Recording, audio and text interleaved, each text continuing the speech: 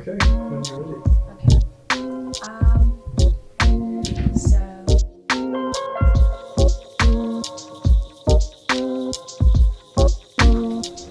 My name's Ruth Coalson. I'm an independent full-time consultant.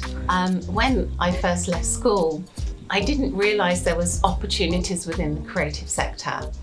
So it was very much finding my way. My first job was in a design agency, and from the design agency side, I found my career path. I started totally at the bottom and sort of worked my way up, and I did many different roles within the creative industry, and that was mainly advertising, promotion, marketing. It takes a while to find what your forte is and what you enjoy, and at some design agencies they're only small, so it's good if you can do lots of different things.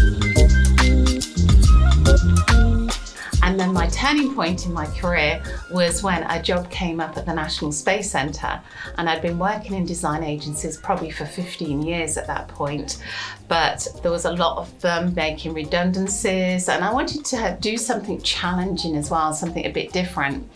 And the job at the National Space Centre was for a business development manager working in their film sector. So they had their own in-house studio producing films for what they call the Full Dome, which is planetarium films. So it was very specialist.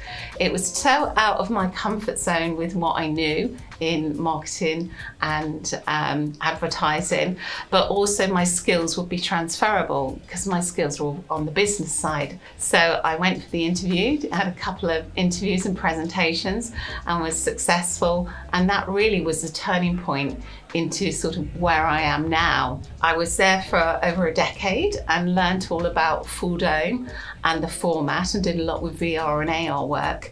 And then in the last couple of years, I was made redundant and then decided, right, I'm going to set up as an independent consultant. And since then, I've developed my own software, helping content producers that work within the creative sector be able to work in this unique format.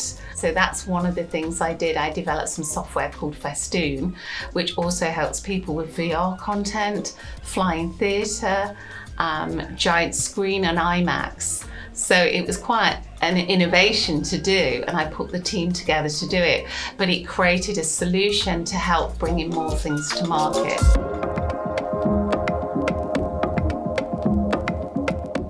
The main thing is having the right people in the teams, and I think empowerment is the most important thing you do as a leader. Making sure communication's good, everyone knows what they need to do and what their role is, but also being there and supporting people and setting deadlines and have regular team feedback. But for me, I think empowering people, they've got the role, they own it, but I'm there to manage and support.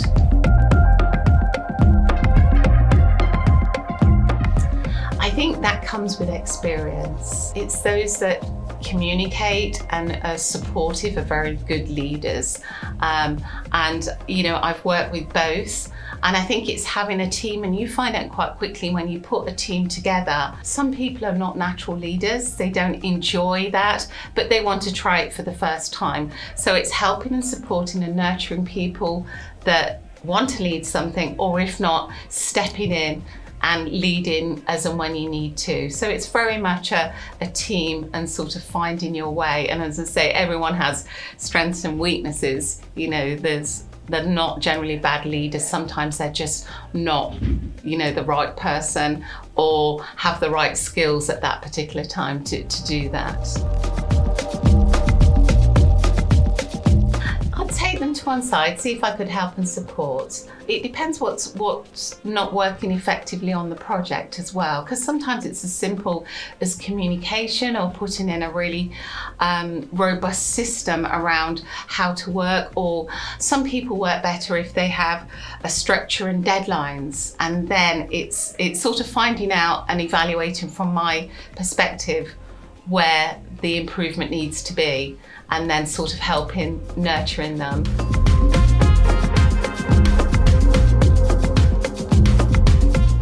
Well, this is something that's been a real learning curve since being set up as a consultant for the last 2 years, I started by saying yes to every project, and that's because I was self-employed. So I think it's not saying yes to everything, evaluating it, but also within my diary.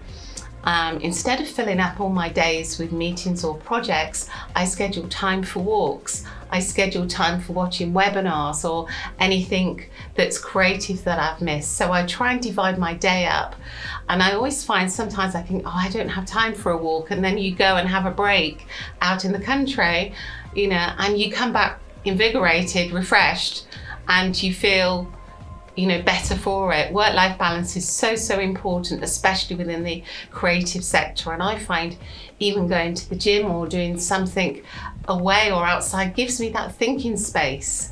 And sometimes you need to think about creative execution or about a creative project. It's not all pressure and sitting in front of a monitor.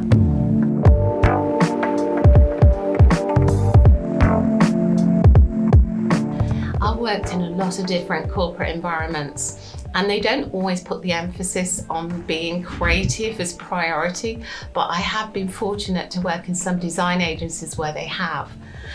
We've done team activities where it's team building and going outside, and sometimes it can be things like, for my industry, going to see other people's VR or immersive content. That's really creative because you get to experience somebody else's work, and you then as a team you come back and say, that was great, that wasn't so great, and you learn from it. Anyone that you admire, I think, as well, helps you aspire to be better or to be different creatively. And one company I worked at, we actually had creative rooms. So we had one room with a drum kit, so you could go and play music. And then we had one room with a Google Tilt Brush, so we could put on the VR headset and then just draw. Sometimes you forget the basic skills and the basic things that really inspire you. And obviously everyone's different and finds creativity in different ways. But it is really, really important.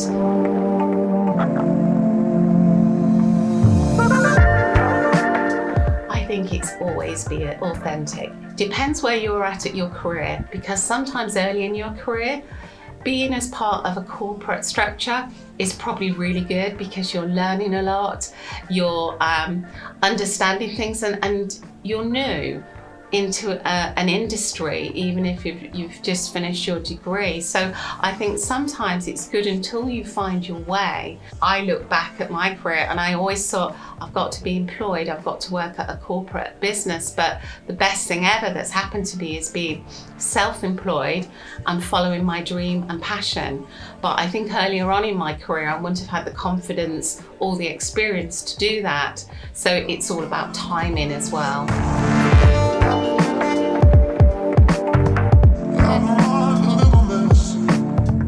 I think I would have probably set up on my own probably earlier. It's so easy to get comfortable with a corporate structure where you're getting a salary, you're not having to look for your work, but also that can hold you back from doing dream projects or traveling places where there's other people that inspire you. I sit on a couple of US boards.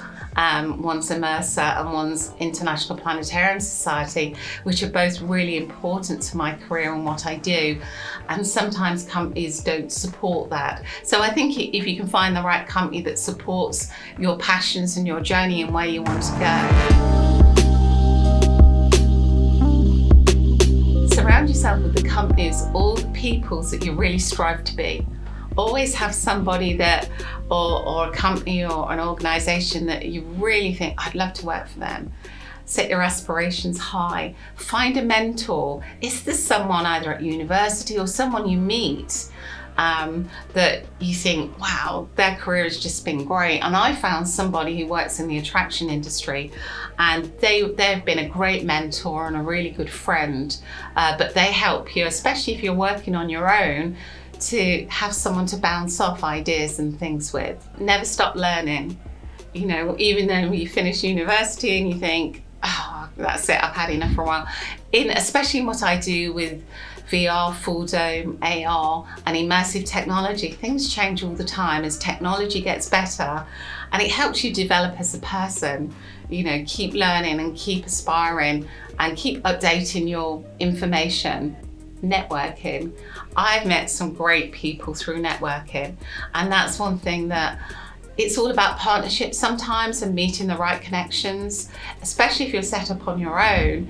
Those connections are really important, and they can be with universities, with businesses. You know, never be afraid to reach out. And I've found through LinkedIn, just reaching out to companies saying, I love what you're doing.